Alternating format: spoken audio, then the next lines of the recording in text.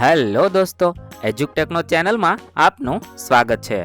આજે આપણે શીખીશું ધોરણ 6 વિષય હિન્દી પુનરાવર્તન 2, જેમાં 5 થી 8 પાઠના પ્રશ્નોનો સમાવેશ થાય છે। પુનરાવર્તન 2ના તમામ પ્રશ્નોના જવાબની ચર્ચા અહીં કરીશું। તો ચાલો શીખીએ ધોરણ 6 વિષય હિન્દી પુનરાવર્તન 2।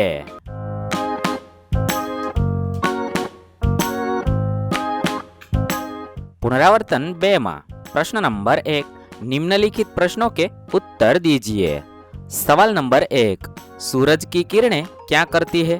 तेना जवाब में अपने लखीशु, सूरज की किरणें रोज पृथ्वी पर आती है और अंधकार को दूर भगाकर सारे संसार को प्रकाशित करती है। सवाल नंबर 2, दीपक से हम क्या सीखते हैं? तेना जवाब में अपने लखीशु, दीपक हरदम जलता रहता है, यह अपने आप को जलाकर दूसरों को प्रकाश देता है। उससे हमें यह सीख मिलती है कि हम कष्टों से न घबराए, हम खुद कष्ट सहकर ही दूसरों के कष्ट दूर कर सकते हैं। सवाल नंबर 3, रेशमा ने अपनी माँ के काम में किस तरह मदद की? तेना जवाब में आपने लखीशु, रेशमा की माँ ने बर्तन और डिब्बे उतार कर साफ कर दिए थे। रेशमा ने डिब्बे पर लेबल लगाए, फिर वह एक एक बर्तन और डिब्बा माँ को पकड़ाती गई और माँ उन्हें व्यवस्थित ढंग से रखती गई। इस प्रकार पहिएदार कुर्सी पर बैठे बैठे रेशमा ने माँ की मदद की। सवाल नंबर 4, माँ ने रेशमा को बाजार क्यों भेजा? तेना जवाब में आपने लखी सकिए, माँ को लड्डू बनाने के लिए कुछ सामान की जरूरत थी। पिताजी दफ्तर चले गए थे, बेटा गोलू अभी बहुत छोटा था, दादा और दादी बहुत बुजुर्ग थे। माँ को परेशान देखकर रेशमा ने माँ से कहा कि आप मुझे सामान की सूची और एक थैली दे दीजिए, सामान मैं ले जाऊंगी।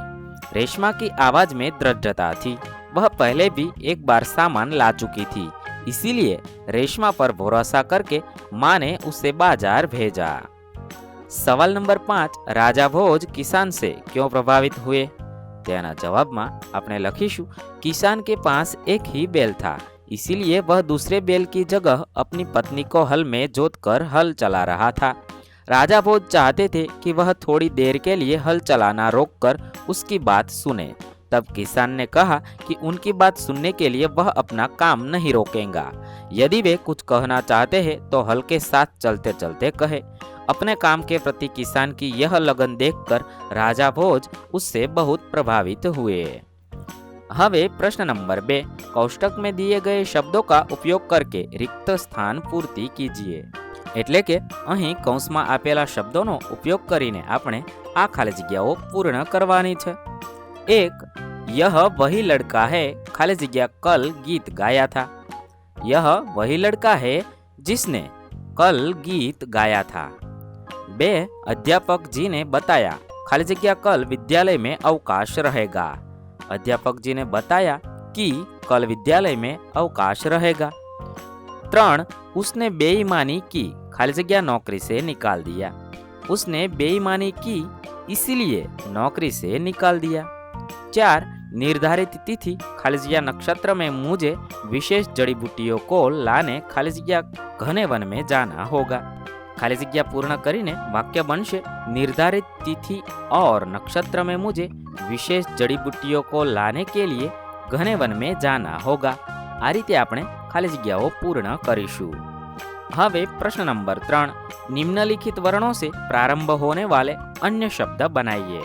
એટલે કે અહીં આપેલા અક્ષરનો ઉપયોગ કરી અને બીજા શબ્દ બનાવવાના છે। આપેલા અક્ષરનો ઉપયોગ કરીને શબ્દો આ મુજબ બનાવી શકાય। અ से આમ, આગ, આશીષ, અમૃત, અનિલ આવા શબ્દ બનાવી શકાય છે। હ से हितेश, हेमा, होली, हौसला, होश आवा शब्द बनावी शकाय छे। म से माँ, महीना, महेश, महल, मौका आवा शब्द बनावी शकाय छे। द से दाग, दाल, देवता, दौलत, दीवार आवा शब्द बनावी शकाय छे।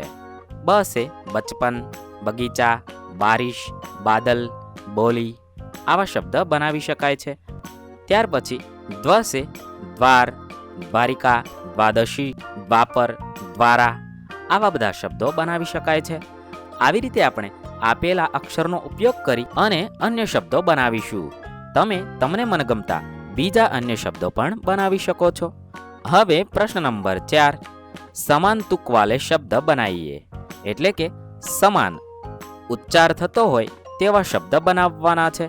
દુર્ગુણ, તેના પરથી સમાન ઉચ્ચારવાળા શબ્દ નિર્ગુણ, સદગુણ, અવગુણ, પ્રગુણ, બહુગુણ આવા શબ્દો બનાવી શકાય છે. ત્યાર પછી સુનકર, આ શબ્દ પરથી પડકર, ચલકર, લીખકર, હંસકર, જલકર આવા બીજા શબ્દ બનાવી શકાય છે. હવે પ્રશ્ન નંબર 5, अपने मित्रों के साथ आप किसी न किसी मेले में गए होंगे, उसका वर्णन अपने शब्दों में लिखिए. એટલે કે તમે તમારા મિત્રો સાથે ક્યારેય મેળામાં ગયા હોય તો તેનું વર્ણન અહીં લખવાનું છે. હું અહીં તમારા જેવા એક વિદ્યાર્થીનું વર્ણન લખું છું. તમારે તમારી વાત લખવાની છે. તેના જવાબમાં આપણે લખી શકીએ मेले में 1 घंटा એટલે કે મેળામાં 1 કલાક. मेरे गांव के पास एक नदी है. नदी के किनारे भगवान शिव का मंदिर है. हर साल सावन के महीने के पहले सोमवार को यहाँ मेला लगता है. इसमें अपने मित्र कमल के साथ उस मेले में गया था. मेले में आसपास गांव से बहुत लोग आए हुए थे. मेले में चारों ओर दुकानें सजी हुई थी. कई लोग मिठाइयों खरीद रहे थे. कपड़े, बर्तन और चूड़ियों की दुकानों पर महिलाओं की भारी भीड़ थी. बच्चे बहुत खुश दिखाई दे रहे थे, मानो मेला उन्हें के लिए लगा हो. कई बच्चे खिलौने खरीद रहे थे, कुछ झूला झूल रहे थे. कई लोग जादूगर और मदारी के खेल देख रहे थे. हमें मेले में बहुत मजा आया. मारे અહીં બહુતની જગ્યાએ બહત લખાયું છે, જે મારી ભૂલ છે. તમારે બહુત લખવું. हमने मेले में रसगुल्ले खाए. हम झूले पर भी खूब झूले. फिर थोड़ी देर तक इधर उधर घूमकर घर की तरफ रवाना हुए. આ રીતે તમારે તમે ગયેલા મેળાનું વર્ણન લખવાનું છે. હવે પ્રશ્ન નંબર 6, निम्नलिखित मुहावरों का अर्थ देकर वाक्य में प्रयोग कीजिए. અહીં 4 મુહાવરા આપેલા છે. આ મુહાવરાનો અર્થ આપી અને વાક્યમાં પ્રયોગ કરવાનો છે. 1, આંખો કા તારા હોના. તેનો અર્થ થશે बहुत प्यारा होना. તેના પરથી વાક્ય બનાવી શકાય छोटा गोलू अपनी माँ की आंखों का तारा है. 2, माथा ठनकना. તેનો અર્થ થશે अनिष्ट की आशंका होना. તેના પરથી વાક્ય બનાવી શકાય अचानक पुलिस को दुकान में आते देखकर सेठ जी का माथा ठनका. 3, अनसुनी करना. તેના પરથી તેનો અર્થ થશે ध्यान न देना. તેના પરથી વાક્ય બનાવી શકાય दुराचारी पुत्र ने पिता की बात अनसुनी कर दी. 4, मन डोलना. તેનો અર્થ થશે વિચલિત હોના અને લાલચ ઉત્પન્ન હોના.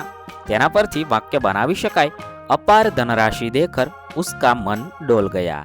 આવી રીતે આપણે મુહાવરાના અર્થ આપી અને વાક્ય પ્રયોગ કરીશું.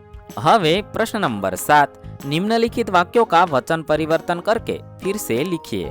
એટલે કે અહીં આપેલા વાક્યોનું વચન પરિવર્તન કરવાનું છે અને વાક્યો ફરીથી લખવાના છે. એટલે કે એક વચન વાક્ય હોય તો બહુવચન કરવાનું છે અને બહુવચન વાક્યોને એક વચન કરી અને વાક્યો ફરીથી લખવાના છે. આ વાક્યોને આ મુજબ લખી શકાય. 1, નદી બહતી હૈ. તેનું વચન પરિવર્તન કરતા વાક્ય બનશે નદિયા બહતી હૈ. બીજું વાક્ય છે મહિલાએ પૂજા કર રહી હૈ. તેનું વચન પરિવર્તન કરવાથી વાક્ય બનશે મહિલા પૂજા કર રહી હૈ. 3, પેડ પર કબૂતર બેઠા હૈ. તેના પરથી વાક્ય બનશે પેડ પર કબૂતર બેઠે હૈ. 4, उसने खाना खा लिया है. તેના પરથી વાક્ય બનશે उन्होंने खाना खा लिया है. 5, वे आ रहे हैं. તેના પરથી વાક્ય બનશે वह आ रहा है. આ રીતે આપણે આપેલા વાક્યોનું વચન પરિવર્તન કરીશું અને વાક્યો ફરીથી લખીશું. હવે પ્રશ્ન નંબર 8, નિમ્નાંકિત સંકેતો કો પહચાન કર ઉસકે નામ લીખીએ. એટલે કે નીચે આપેલા સંકેતોને ઓળખવાના છે અને તેના નામ લખવાના છે. સંકેતોને આ રીતે ઓળખી અને નામ લખી શકાય. આ ચિત્ર ખતરાનું છે. ત્યારબાદ આ ચિત્ર આગે બમ્પ હે. ત્યાર પછીના ચિત્રનો સંકેત છે રેલવે ફાટક. ત્યાર પછીના ચિત્રનો સંકેત છે પેટ્રોલ પંપ. આ રીતે આપણે આપેલા ચિત્રને આધારે તે સંકેતનું નામ લખીશું. હવે પ્રશ્ન નંબર 9, નિમ્નલિખિત કાવ્ય पंक्तियों का भावार्थ लिखिए. અહીં કેટલીક કાવ્ય પંક્તિઓ આપેલી છે. આ કાવ્ય પંક્તિઓ આપણે વાંચવાની છે અને આ બધી કાવ્ય પંક્તિઓનો ભાવાર્થ એટલે કે તેનો અર્થ શું થાય છે તે લખવાનું છે.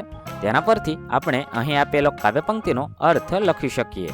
दीपक को देखो वह हरदम जलता रहता है, वह अपने हृदय को जलाता रहता है और दुनिया को उजाला देता रहता है. ઉપરની કાવ્ય પંક્તિનો ભાવાર્થ કંઈક આવો થાય છે.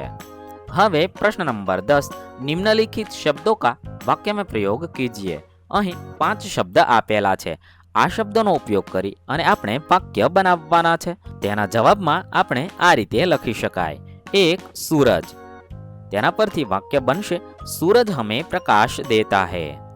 2, धरती. हम सब धरती माँ के बेटे हैं. 3, पेड़. पेड़ हमारे मित्र है. 4, किसान. किसान खेती करता है. 5, फसल. તેના પરથી વાક્ય બનાવી શકાય इस साल फसल अच्छी हुई है. આ રીતે આપણે આપેલા શબ્દોનો ઉપયોગ કરી અને વાક્ય બનાવીશું. અહીં આપણું પુનરાવર્તન 2 પૂર્ણ થાય છે. વિદ્યાર્થી મિત્રો, ધોરણ 6, 7, 8ના તમામ વિષયના અભ્યાસ અને સ્વાધ્યાયના પ્રશ્નના વિડીયો આપણી ચેનલ પર ઉપલબ્ધ થશે.